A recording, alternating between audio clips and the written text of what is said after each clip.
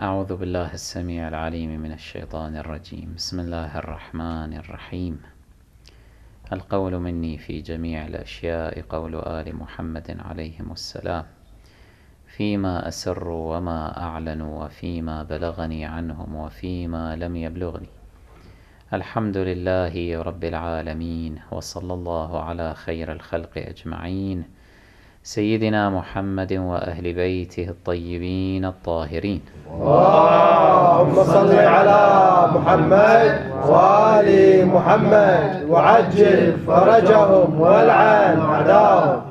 ولعنة الله على قتلتهم وأعدائهم أجمعين إلى قيام يوم الدين، آمين. نحمد الله تعالى على آلائه وعلى أفضاله،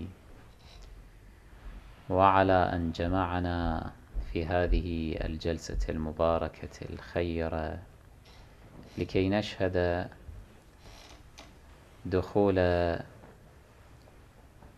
مؤمن جديد إلى دوحة الإيمان ودوحة الولاء لمحمد وآله الطاهرين صلوات الله عليهم أجمعين. وهذه لحظات نسعد بها ونفرح، وهي أسعد وأفرح اللحظات بالنسبة إلينا. تلك بركات مولانا صاحب الأمر عليه الصلاة والسلام. الأخ الكريم شاب من الشباب الإنكليزي، وقام ببحث ذاتي في أكثره وفي مجمله لأجل أن يعرف الحق ويهتدي إليه.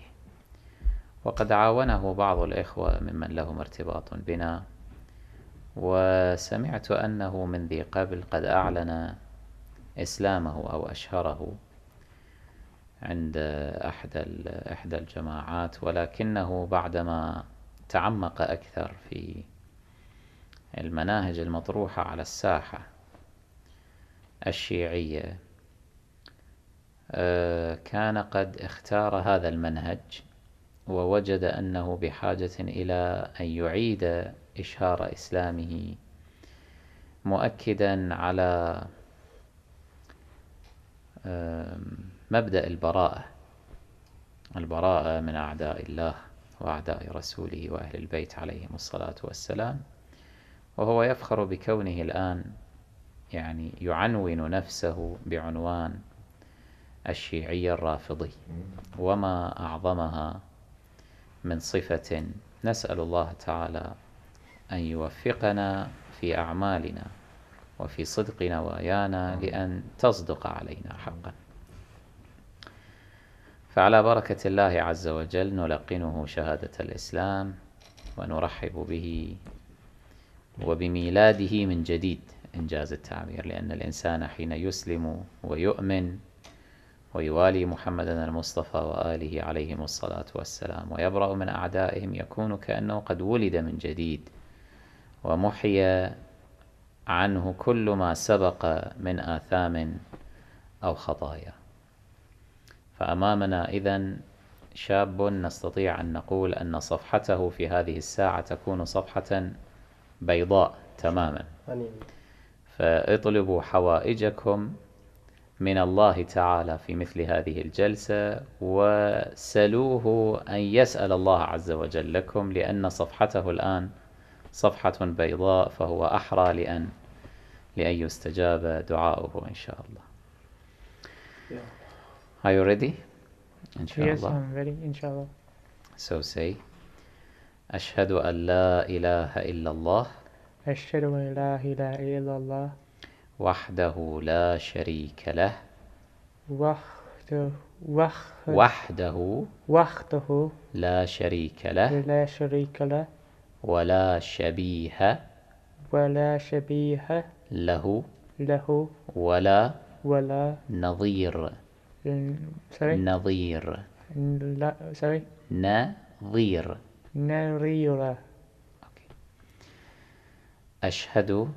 أشهد أن محمدا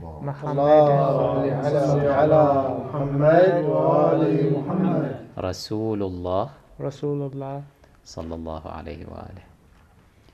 أشهد أشهد أن أن عليا عليا ولي الله ولي الله صلوات الله عليه.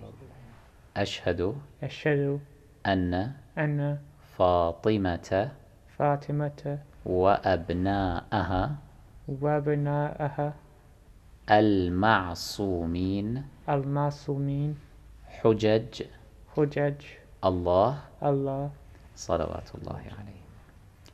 أبرأ أبرأ إلى الله إلى الله من من أبي بكر أبي بكر وعمر وعمر وعثمان وعثمان وعائشة وعائشة وحفصة وحفصة وأعداء وأداء أهل بيت أهل بيت رسول الله رسول الله صلوات الله عليه.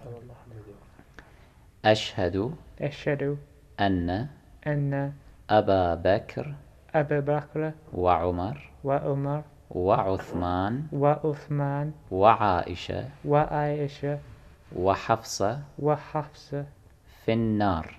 في النار. صلوا على محمد. اللهم صل على محمد وآل محمد وعجل فرجهم والعن أعداءهم. Congratulations. Thank you. Thank you very much. موفق إن شاء الله موفق. بارك الله فيك. بارك الله فيك. Congratulations. Thank you.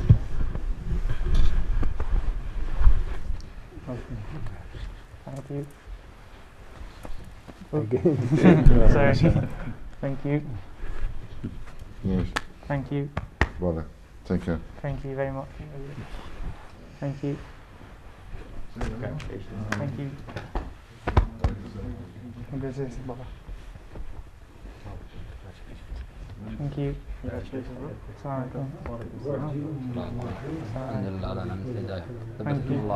Assalamualaikum. Thank you. Congratulations. Thank you. May Allah bless you. Thank you. Alhamdulillah.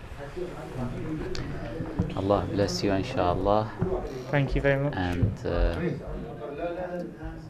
keep moving in your path inshallah ta'ala. And try to learn more and more about Islam and about even the culture of Islam, because you need to focus on the culture of Muslims to know what is the difference between the real Islam and the Islam who came from the culture, because the hypocrites يعني تسللوا، نقول تسللوا شلون sneaked in the culture. So there is some of ideas or some of the values they think, the Muslims, the majority now of Muslims think it is an Islamic values or Islamic ideas, but it's not. For example, this mess came from the about the terrorism, and so they try to يعني التبرير يبررون to justify what they are doing according to narrations. It's usually from Umar. Yeah, from Umar, from Abu Bakr.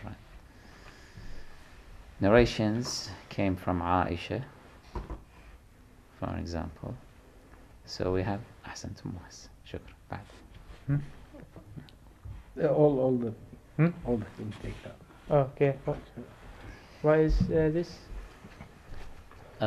Sweet. Ah, sweet. Yeah. Sorry. قول له مولد. So we are all here proud of you, and we ask Allah Azza wa Jal, inshallah, to guide you. And inshallah, we are waiting to see you in heaven, inshallah, with our noble Prophet and his pure family. Inshallah. Salawatullahi alayhi. Inshallah. If you can just give a short speech to the viewers about your name and your journey to Islam and to Shi'ism, and how do you and why did you choose this path? Yeah, if you like. Okay. First of all, throughout my life, I've had Muslim friends, like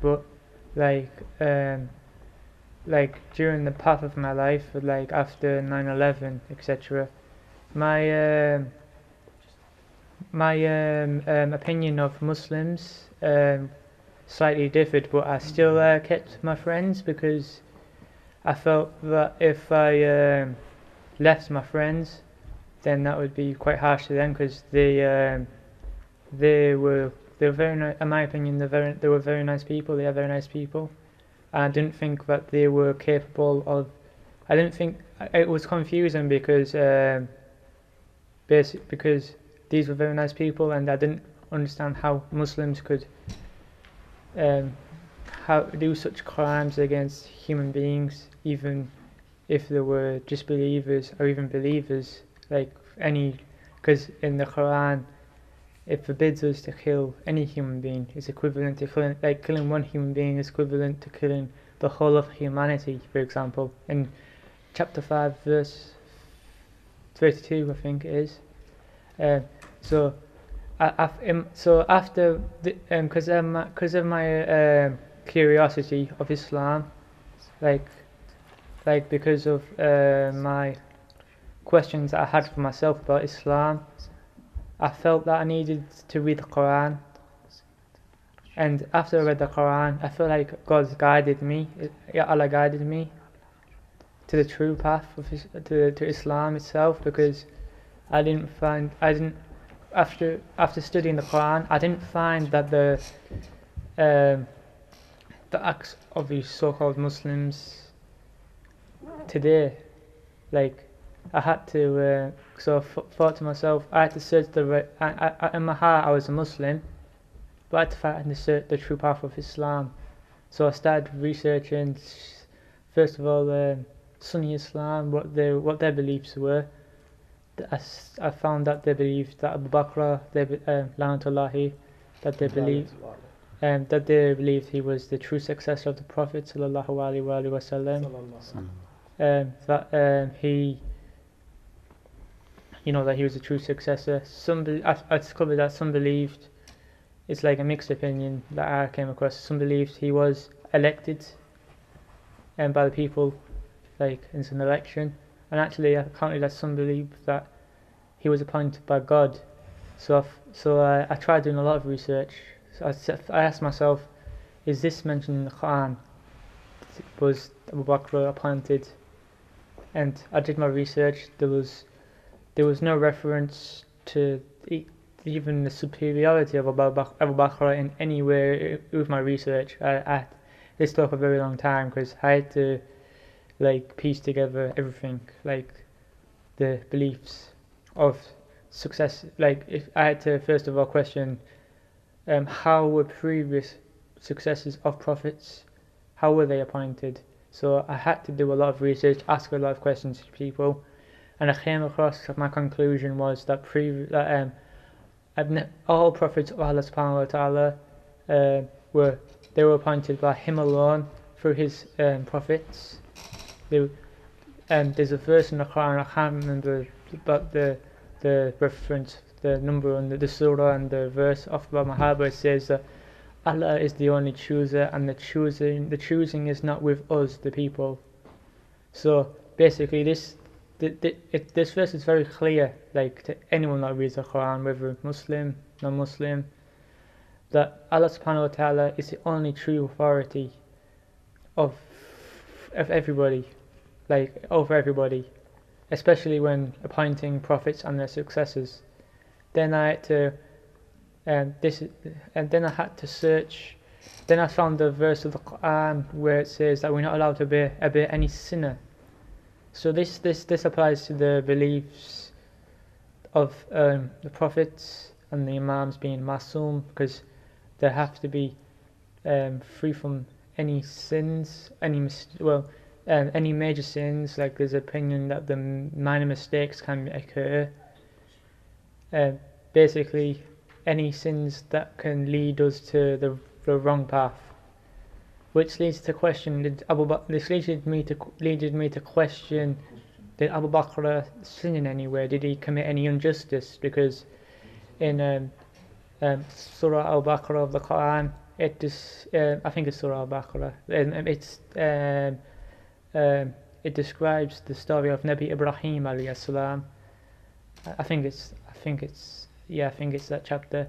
It says that he was appointed as an imam over, and then he questioned to Allah subhanahu wa ta'ala, will my sons or my offspring be a part of my succession? And Allah subhanahu wa ta'ala says that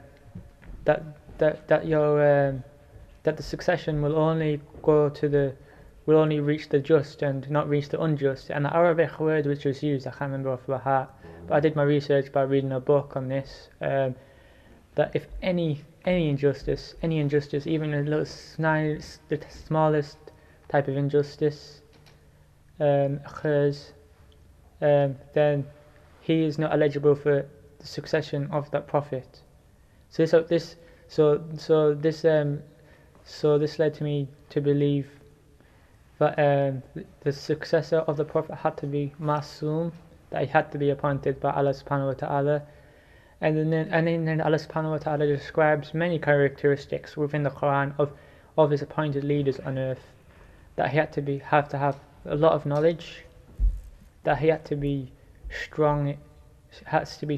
Like I've seen many verses of the Quran, for example, when he appointed the king of Bani Israel, that the Jews were questioning his characteristics. Will he be wealthy? Like, because at that time the Jews were quite corrupt in their thinking, like they only after dunya, worldly things, etc. And that he believed that the question, will this king be wealthy, I think. And Allah subhanahu wa ta'ala replied, I can't remember, he replied that the king will be strong, but he didn't really want to apply characteristics of wealth in any way, I think. Basically, this is how Allah subhanahu wa ta'ala describes his successors of the prophets, that there has to be appointed by him alone, that they had to be knowledgeable, that they had to be just, and not commit any sin, and they're not allowed to be appointed by people or even angels, because in Surah Al-Baqarah it describes the story of Adam alayhi salam, a conversation with the angels, and the conversation between Allah subhanahu wa ta'ala and the angels occurred about the characteristics of Adam, of the human being in general, that are you going to put someone on earth that will cause bloodshed? And Allah subhanahu wa ta'ala replied, I know what you do not know. Basically saying,